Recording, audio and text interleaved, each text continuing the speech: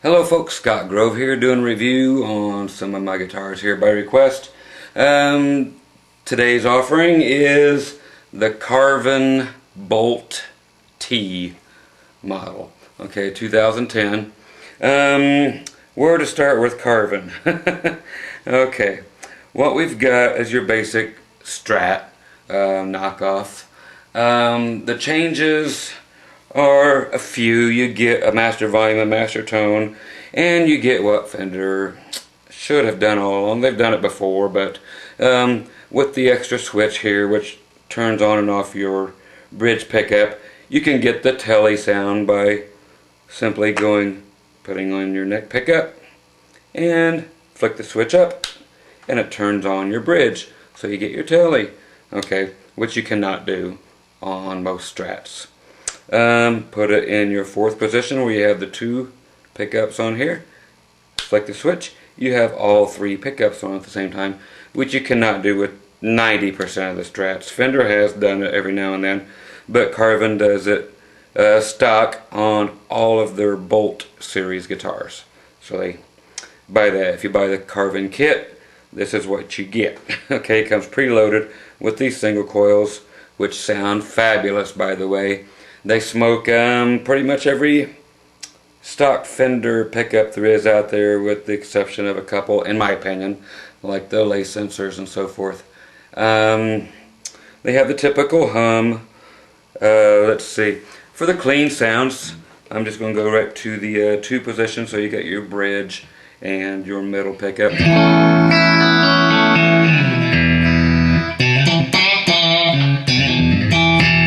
Okay, so it is fuller than a typical Strat. It has more bottom end, more mid-range. The highs are still sparkling, but it is more pronounced than a Strat. So if you have always wanted just a little more balls out of your Strat, but still retaining the quack.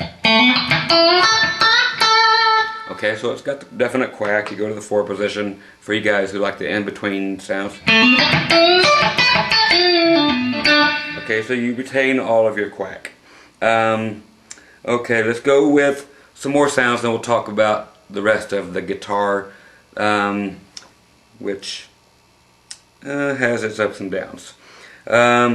Your cool lead tones, I'm going to keep it in the same position.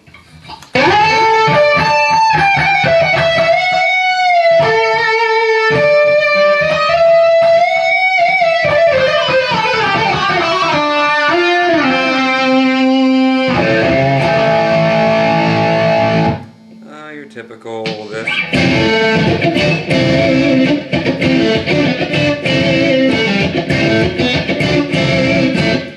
Was. Your basic distortion.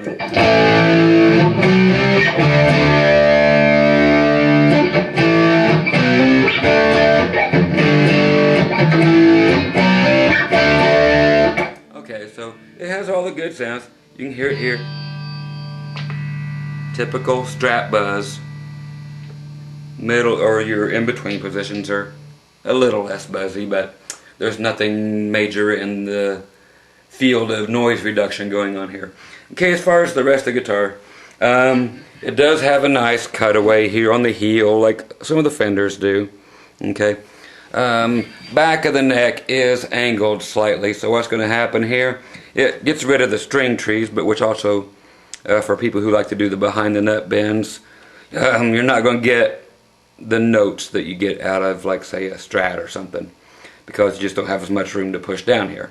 So they eliminated the need for the string trees, but then again, not all are reverse headstock like this, by the way. You just can't, you don't have the range to push down.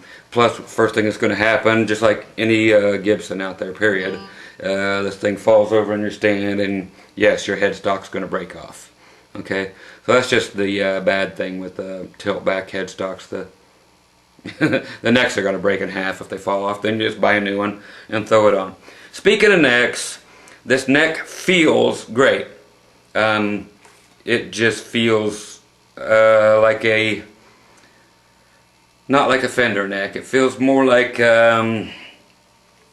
a Jackson maybe neck, back in the good old days, back in the 80s. They're not as wide, but they just have that feel. It's just real raw. I don't even know if they stuck tongue oil on here. But, you know, there's no finish, nothing to get garbled up back here. It feels great, except for it's a cheese grater.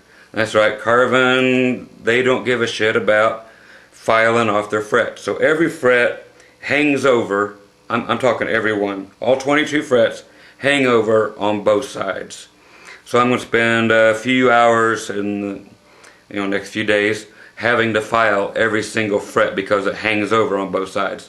My general dealings with Carvin has been total crap. They're probably worst that I've ever dealt with as far as their customer support next to Roland, or Boss. So the customer support really sucks hard. So I've tried to order several guitars off of them, and they never return my calls. They're just douches over there at Carvin. A lot of different options that you want to get. They just flat refuse to do them, which is fine. I'll buy it from everybody else, and I do. So yeah, customer support sucks hard. But the neck feels great. It's going to end up being a great guitar when I'm done. But right now, it just feels like crap because I'm going to shred my hands if I try to shred anything else playing here. The finish is good. They like to use a lot of bird's eye, blah blah blah. What that is actually, it looks pretty, but it's actually messed up wood, which gives it less integrity. So the more flamey or the more bird's eye you get, actually the less durability you actually have in the neck. It's actually flawed wood, but it looks pretty. So take that into consideration when you're ordering your next guitar. So it's actually not the neck. The neck is actually just a regular piece, but they did put a bird's eye maple fingerboard separate over the top of this. So the neck integrity is there. It's just, remember that if you go get a totally bird's eye neck instead of just the fingerboard, you're sacrificing a little bit of actual quality there. Keys on this thing are great. The guitar feels fabulous. The finish is flawless. Carvin has great finish options. It's poly. It's not that nitro shit. So it's going to look good. It's not going to come off in your hands. So it's not like the crappy Gibson faded series or nitro stuff. So if you hang this on a guitar stand, the finish ain't going to fall off, I'll put it that way. So it's like a Fender. All those other finishes make no difference if it's nitro or poly, blah blah blah. You got all the assholes out there who think it makes a difference, but that's why they're assholes. They don't know any better. It's also why I shut off all the comments on my videos here, because people are just too many douches out there writing, saying stupid shit. So anyway, so if you want the real lowdown on guitars, come to me and I'll give you the real lowdown. The nut on here is they actually thought that one through and put kind of a graphite based. It's not graphite, of course, like a Teflon or Graflon or whatever the hell they want to call it. But the pickups sound great. They sound better than, like I said, most of my Strat stuff. The bridge is a hardtail, which you have a hard time finding in a Strat these days. So you always have an option with Carvin to get hardtail or a Wilkinson, usually bridge.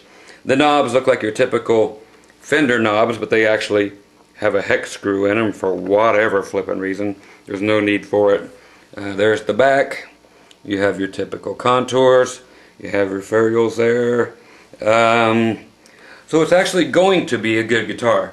But again, I would actually order the pre-wired pickguard and slam it in a lot of Strats if I was with some of you guys. The necks are going to feel good, but based on this one, you're going to have some trouble and expect to have to do some filing work because they won't take it back. Okay, so guaranteeing their work, no, it don't exist. So Carvin customer support, boo, you guys suck balls. But the guitar itself is going to be okay, but I have to do my own work to it. So there you go, the Carvin Bolt T series. Regular, no strap locks, no nothing there. So that be it, kiddies. It's going to be a cool guitar, but then again, like I said, you have to straighten the whole damn thing out yourself. So, but it has potential. Okay, there you go.